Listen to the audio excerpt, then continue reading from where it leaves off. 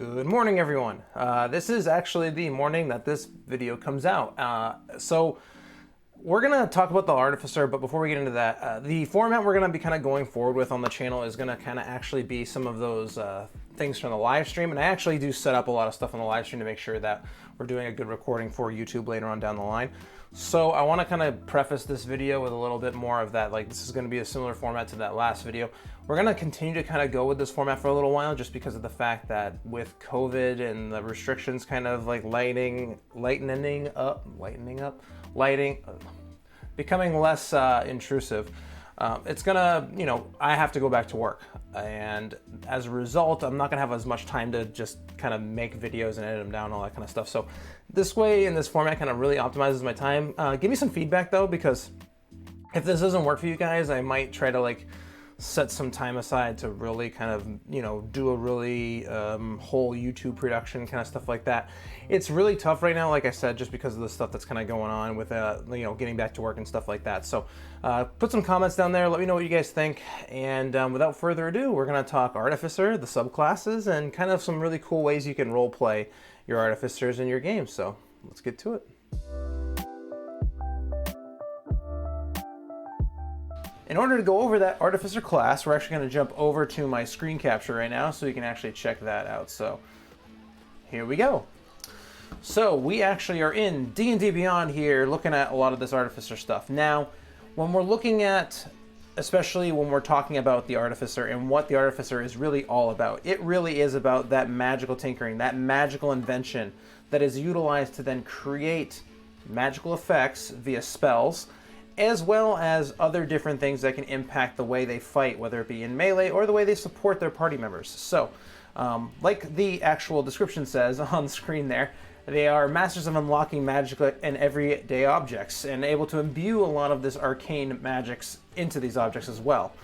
They are able to make potent elixirs, they're able to create sigils of power, and they're actually able to create temporary magic items. It's actually a really cool class once you kind of dig into the nitty-gritty of it.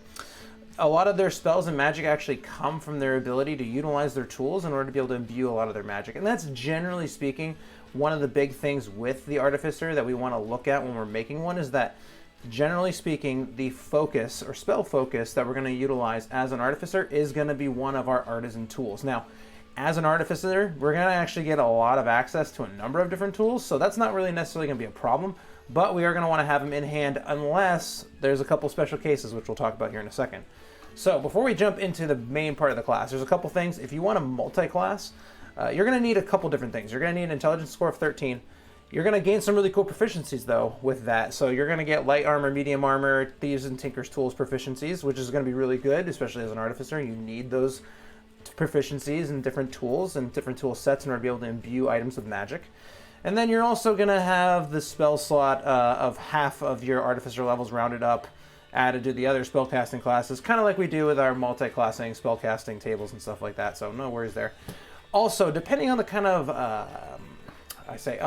depending on the kind of game you're playing, firearm proficiency is an optional rule that you can add into your world. Talk to your DM if you are planning on playing an Artificer, or if you're a Dungeon Master that has somebody that is thinking about playing an Artificer, consider this as part of your Dungeon Master prep. Maybe firearm proficiency is a thing, but they don't gain proficiency until they invent the firearms, depending on what kind of game you're playing, whether it be a medieval setting or whether it be a modern day setting. So things to keep in mind as you're kind of moving forward. Although modern day settings, generally speaking, firearm proficiency is going to be kind of a given there. But depending on the era that you're playing in, maybe firearms and gunpowder are things that are being developed in that world. So something to think about as you're kind of moving forward.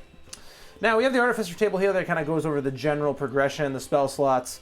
A couple of the big things that they're going to get, especially as far as like big Artificer skills they're going to get, is this infuse item ability, as well as a lot of these abilities that they're going to get from their specialist features. So that's something we're going to have to keep in mind. And then there's a lot of other cool things that kind of play on that use and utility of their tools in order to create different magical effects that they actually put forth onto different magical items or onto weapons that they carry themselves, or things that your party members are going to be carrying as well. So Artificers can be a really good support class, but they can also be good, damage dealers and semi-decent damage dealers, and also healing support as well, depending on how you want to play your character and depending on what kind of subclass you're going to take.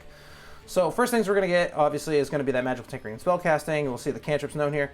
And then we'll get these infused items, and so we're going to talk about that next. And then we'll kind of go through the rest of the stuff as we're going through. But ASIs come at the normal expected levels of 4, 8, 12, 16, and 20, or excuse me, and 19, excuse me. And then there's a couple other different abilities that the Artificer gets. So first thing we're going to do, class features, we're going to get a D8 hit die. Some of the general kind of stuff you can see there. You can kind of peruse that at your own leisure. I'll have it up here on the screen for a little bit so you guys can check that out. But we're not going to get too much into that. This is just kind of some general stuff you can start out with. You're going to get proficiencies in your thieves, tinkers, and another artisan tool. So again, we're going to have more options for artisan tools to be able to utilize to imbue things with spells and other magical effects and stuff of that nature. And then we're also going to get skills. We're going to be able to pick from, of course, very intelligence-heavy and also dexterity-heavy skills that we're going to pick from. And then we're going to get light, medium, and shields, and then simple weapons. So things to keep in mind.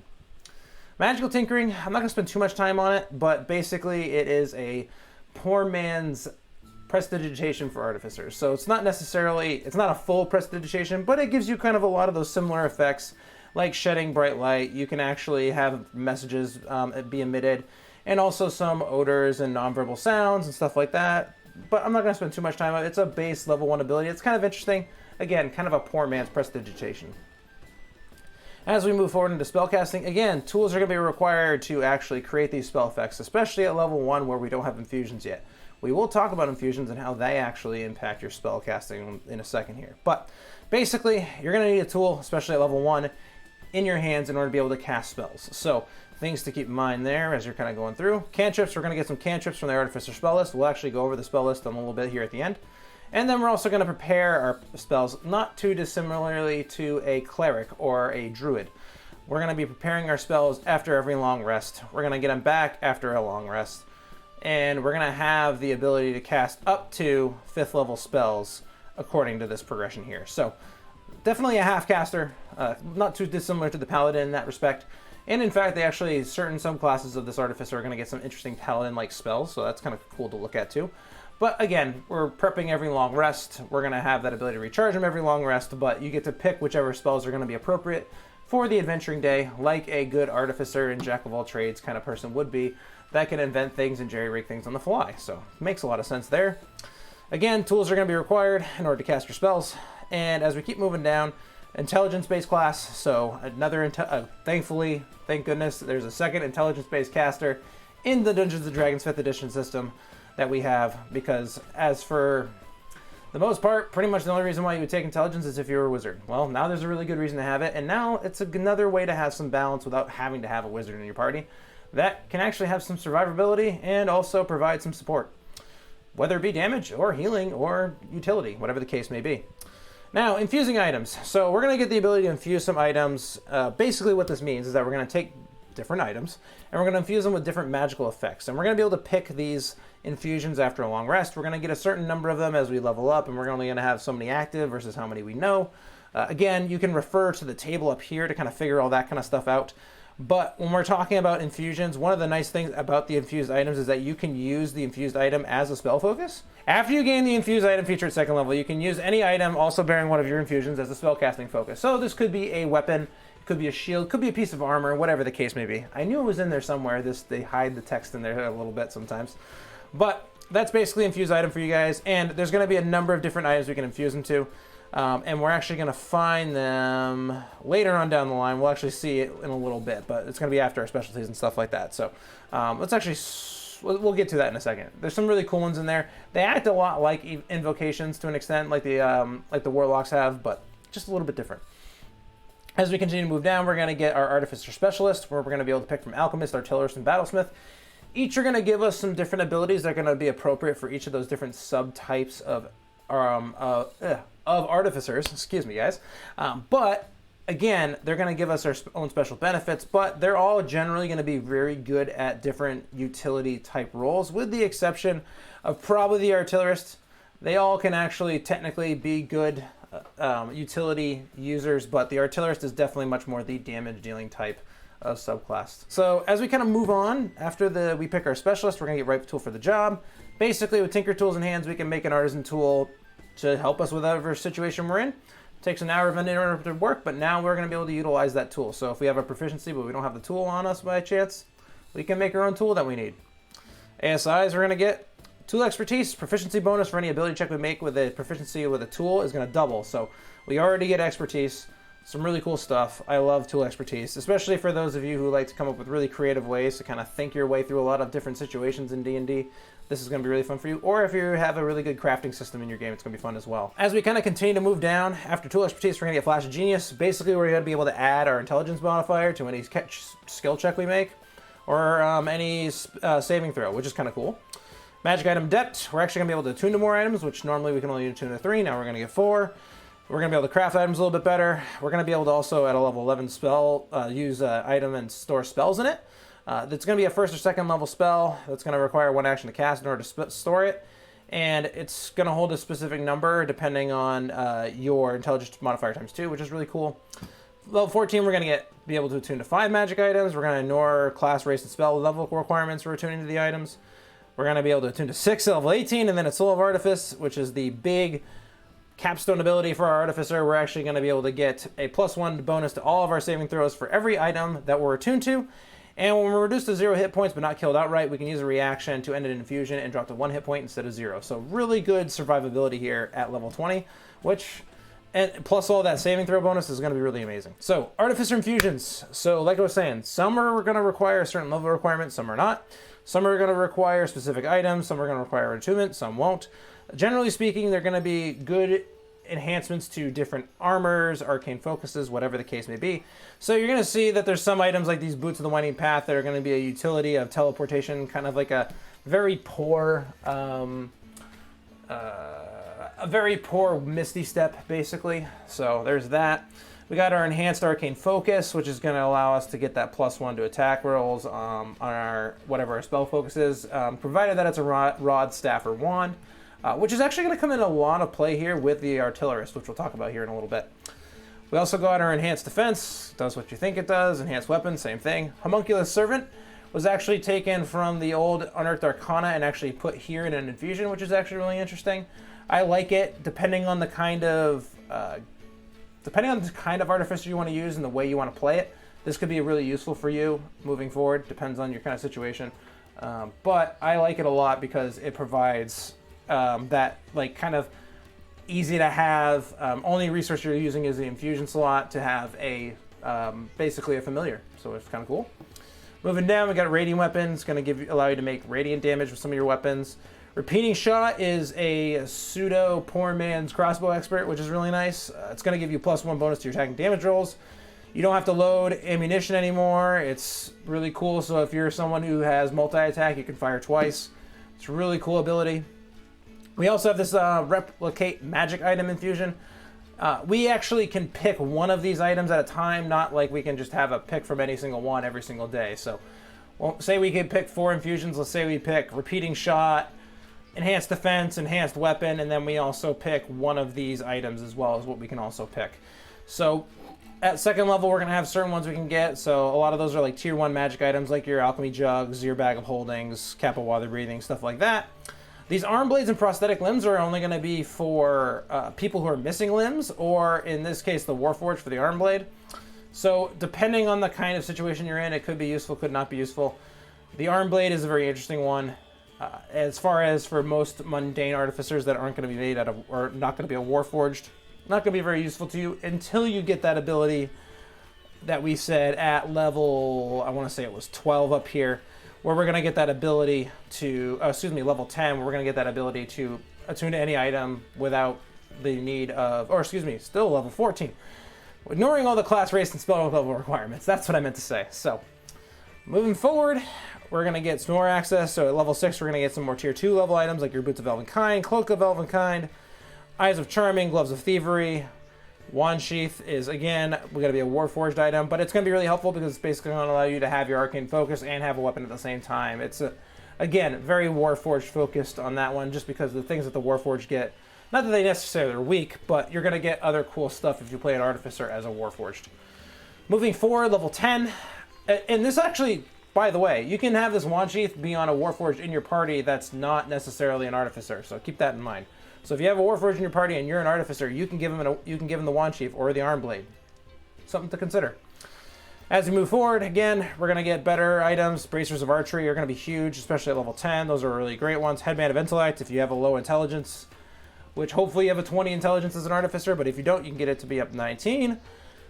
Continue to keep going down. We got some other ones, Winged Boots, and then as we keep going, level 14, we're going to get some really cool ones like Ring of the Ram, Ring of Protection, all those kind of cool ones. We're going to get even more items to choose from as far as our other infusions, but I'll let you guys read those as you wish. So now let's look at the specialists. So the first one we have here is the Alchemist. We're going to get specialization and proficiency in alchemist supplies. We're going to get some specific spells. You can see them here. Healing Word, Ray of Sickness, Flaming Sphere, Melts Acid Arrow, yada, yada, yada. Definitely much more alchemy-based kind of magics. And a little bit more health magic, which makes a lot of sense because we're making healthy elixirs and stuff like that as an alchemist, in addition to different poisons and stuff like that. At 3rd level, we're also going to get this experimental elixir where basically when you have these supplies on your person, you're going to actually roll on this table, and I want to say it's every dawn, every long rest, you're going to have an experimental elixir that has one of these different effects, which are random because that's the way the Alchemist works. It's an experimental elixir. It's really interesting. So we're going to get that healing ability. We're going to get the swiftness, which is going to increase the walking speed. We're going to get resilience for AC bonus. Boldness to have a D4 to every attack roll and saving throw they make for the next minute. Flight, which is going to give them a flying speed, and then transformation, where they can use the Alter Self spell. Really interesting, really cool. I love the way they kind of flavors with this.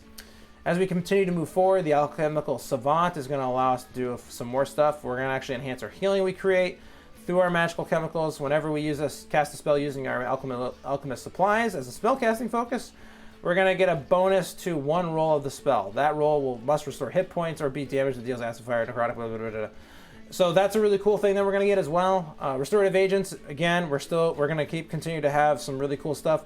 Ability to give temporary hit points for your experimental elixir that they drink. We're also going to be able to cast Lesser Restoration without expending a spell slot. Again, more of this healing, alchemy-based kind of magics that we're going to talk about here. And then Chemical Mastery, we're going to be able to cast Greater Restoration and heal without spending a spell slot. And we're going to have resistance to acid damage and poison damage and immune to the poison condition because we're just so good. And honestly, most alchemists, the reason why they're immune to the poison condition is because they're testing their chemicals out on themselves. So that's kind of the continued flavor that's kind of going here with our Artificer, specifically with the Alchemist. We're going to skip the armor because this is technically playtest content, so it's not official, but it's really great if you want to be Iron Man, so something to check out if you want. You can check out the UAs just by looking at the Unearthed Arcana on dnd.wizards.com as well. Moving into Artillerist, again, like I said, this one's going to be much more of an attacking-based with magics, a lot of DPS coming out of this particular build or this particular subclass. So again, we're going to get our own special artillerist spells. We're going to get actually proficiency in woodcarver's tools and proficiency in that, and also one other proficiency in another artisan tool of our choice. Woodcarvers, because we're going to be making a magical wand that's going to be very interesting. So again, we have these artillerist spells. We're going to get Shield, Thunderwave, Scorching Ray, Shatter. A lot of fiery-based explosions, shielding yourself. A lot of really cool, interesting flavor stuff for this artillerist. At level 3, we're going to get an Eldritch Cannon, which basically, you can have two forms of it. You can either have it be like a little turret that kind of walks around, a la the UA that came out not too long ago before this official one came out.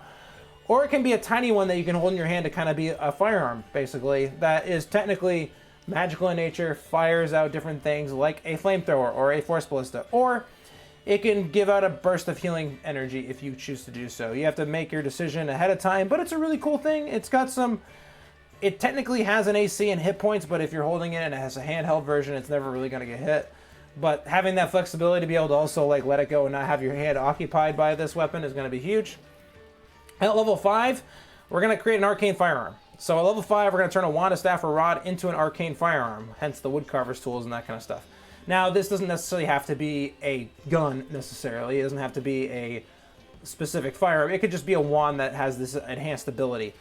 Basically, when we finish a long rest, we can create some special sigils on this item, and basically, it's going to allow you to use it as a spellcasting focus, and you're going to actually be able to roll a d8 and actually gain that roll to the damage of one of the numbers rolled. So say if you're casting Firebolt, you're going to also throw a d8 in that casting of Firebolt. And then you can actually bonus action use your Eldritch Cannon to do a flamethrower or a force ballista. Really cool because this Eldritch Cannon is going to be utilized with our bonus action. So really cool ability here. It allows you to kind of have a pseudo multi-attack with this Artillerist, which is really nice. We're also going to get Explosive Cannon. Our cannon's damage rolls are going to increase by another d8, so we're going to be rolling 2 extra d8 at level 9. And then we can also command this cannon to detonate when we're in 60 feet of it. So things to consider. Excuse me, that's your Eldritch Cannon. So the damage rolls of this cannon up here, the Flamethrower Force Ballista Protector, not the Arcane Firearm. So if we're using the Flamethrower, we're going to be doing 3d8 fire damage in a cone. If we're doing Force Ballista, we're actually going to be doing 3d8 force damage in a line. So really cool, interesting kind of abilities coming on here. In addition to the extra d8 we're going to get with this cannon damage, we're also going to be able to detonate the cannon. As long as we're in 60 feet of it, it destroys the cannon and forces each creature within 20 feet to make a dex save against our spell save DC, taking 3d8 force damage on a fail or half as much on a success. We're also going to get Fortified Position, where we're going to have half cover when we're in 10 feet of the cannon. And as a result of this shimmering magical field around it, when you can now have 2 cannons at the same time, so you can have one in your hand, you can have one on the ground, which is really cool. Again, bonus action is the way you activate them. So really cool, and you can actually activate both of them with the same bonus action. Really cool. So you're going to be doing possibility of 6d8 damage between the 2 Eldritch Cannons, plus you're going to be doing a d8 plus whatever your spell casting cantrip is, or whatever you're using that Arcane Firearm for. It's going to really pump out a lot of damage. So again, very big DPSer here with the Artillerist. Now, the actual math on it might not come out perfectly, like say if you're casting a level 9 fireball or something like that, but still a lot of point per point damage when you're attacking single targets here. And then lastly, we have the Battlesmith. Battlesmith is much more of the defensive style combat utility type subclass, is the best way I can put it. I play a Battlesmith actually in my home game, outside of the one that I actually prep here on this channel. And it's a really cool class to play because you have a lot of ways to actually shield yourself from a lot of incoming damage. And the way I've actually created mine is that I've actually taken a kobold who rides a guard drake, Steel Defender, which we'll talk about here in a second, which basically allows him to ride his own mechanical pet, which we'll get into here in a minute. But again, we're going to get our own spells. We're also going to get proficiency in Smith's tools and another artisan tool here at level 3. A lot of the spells here, defensive, but also some really cool point for point damage ones like your Branding Smite. But we're also going to have these different auras, very similar to our Paladins. A lot of Paladin type spells here. We're also going to get a Mass Cure Wounds here at level 17. Some really good stuff here. Again, very flexible, very utility as well. We're also going to gain proficiency in martial weapons. We're actually going to be much more of a weapon-using subclass here with the Battlesmith, where the Alchemist and the Artillerist were much more utilizing their alchemy supplies, or the Artillerist was using those cannons. We're going to be focused on using weapons here with the Battlesmith. But that is also because we're going to have our faithful companion, the Steel Defender, which is going to be really helpful. It's got its own stat block. It's pretty beefy, actually, too. And like I said, if you take a small creature and it's technically, this construct is going to be a medium creature, you're going to be able to ride it. So think your goblins, your kobolds, your gnomes, your halflings. You're going to be able to ride your Steel Defender, which is going to be really huge. Especially if you're a kobold that has pack tactics and you ride your Steel Defender into melee and attack that way. Really works out well for you. Trust me. You're also going to get extra attack at level 5. So for you repeating shot crossbow expert style artificers that want to shoot 3 times in a turn, here you go, already done. So, or if you take crossbow expert, I should say. So very tricky there, but you actually have the ability to use that extra attack, which is really cool if you combine them both. Arcane Jolt. Basically, whenever we hit a target, we're going to be able to also have our Steel Defender, or basically the arcane energy that we have, also do some extra damage or heal, depending on what we need to do. So again, very good utility, I can do more damage, I can heal, I can fulfill whatever role I need to in a given situation in a battle. And then our improved Defender, as we continue to get better, the Defender is going to get a bonus to its armor class. Arcane Jolt damage / healing is going to be 4d6 more. This Steel Defender actually has some really cool abilities like Deflect Attack. So when we look at these, we have the Force Empowered Rend, which is just basically going to be a general melee attack. We're also going to get Repair to repair ourselves, our own Defender. But the reaction Deflect Attack is the big bonus here with this Steel Defender, because basically we're going to be able to impose disadvantage on an attack roll of a creature that it can see that's within 5 feet of it. So if we're a kobold, gnome, goblin, halfling riding our Steel Defender and that person tries to attack you or the Steel Defender, It doesn't say that it can't do it itself. It can deflect the attack that is oncoming and impose disadvantage, which is really, really cool. And that actual deflect attack is going to actually do some force damage as we get better. So again, a lot of utility here, comboed with a lot of the infusions and the different spells that you're going to get is what's really going to make this Battlesmith really, really useful in a battle situation and be able to kind of float around, be that kind of like point-to-point healer if you need him to be. Also jump in there and kind of tank a little bit. It's not going to be the best tank, but having 2 creatures basically being in the way, 2 stacks of hit points, it's going to be really helpful. And you can also play him as a cavalryman, which is what I actually do in my game, where I'm kind of running around the battlefield, doing what I need to do, throwing spears, doing what I got to do, and then healing people if they need it, kind of fulfilling different roles depending on the situation, depending on what we're up against. So that's what they got there. And then if we look at our spells here for the Artificer, some really good ones here. Again, we're going to have some evocation magics. We're going to have a lot of like elemental affinity kind of style stuff, a lot of chemically kind of things. Makes a lot of sense, but we're also going to have a little bit of cleric paladinness in us as well. So you can see with our general acid splash, bonfire, a lot of fire, frostbite, got your guidance for your cleric stuff. Again, support, intelligence-based support class here. Light, mage hand, magic stone, mending. Again, mending makes sense for an artificer. Message, poison spray, prestidigitation, which we already kind of have with that magical tinkering, but if you want to get full prestidigitation, there you go. Ray of frost, resistance, shock and grasp, spare the dying, and you can see it all here. As we continue to keep going, we're going to get, again, a lot of really good abjuration, transmutation, evocation magics, kind of moving forward. There's some really great stuff here. You got your fairy fires, you got your cure wounds, so you got your intelligence-based healer, you got a lot of cool stuff. You got your feather fall, you got your grease, which grease is really good.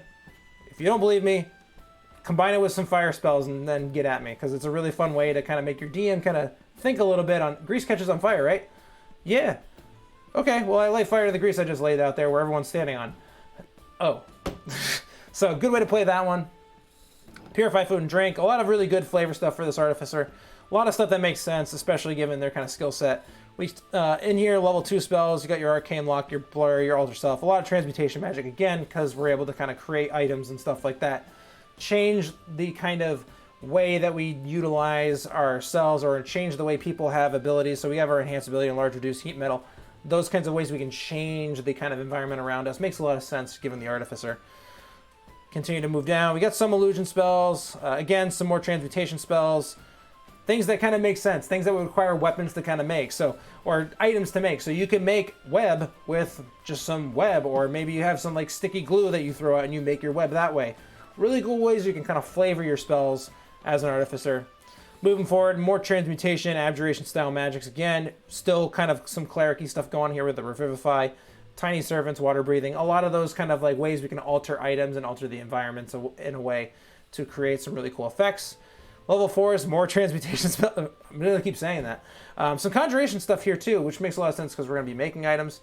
And then as we move into level 5, again, some more really cool transmutation magics, greater restoration for our clericness, and Wall of Stone. So that, for the Artificer, is a basic kind of breakdown. Like I said, if you want to get into the nitty-gritty of it, you can check out the Eberron Rising from the Last War book.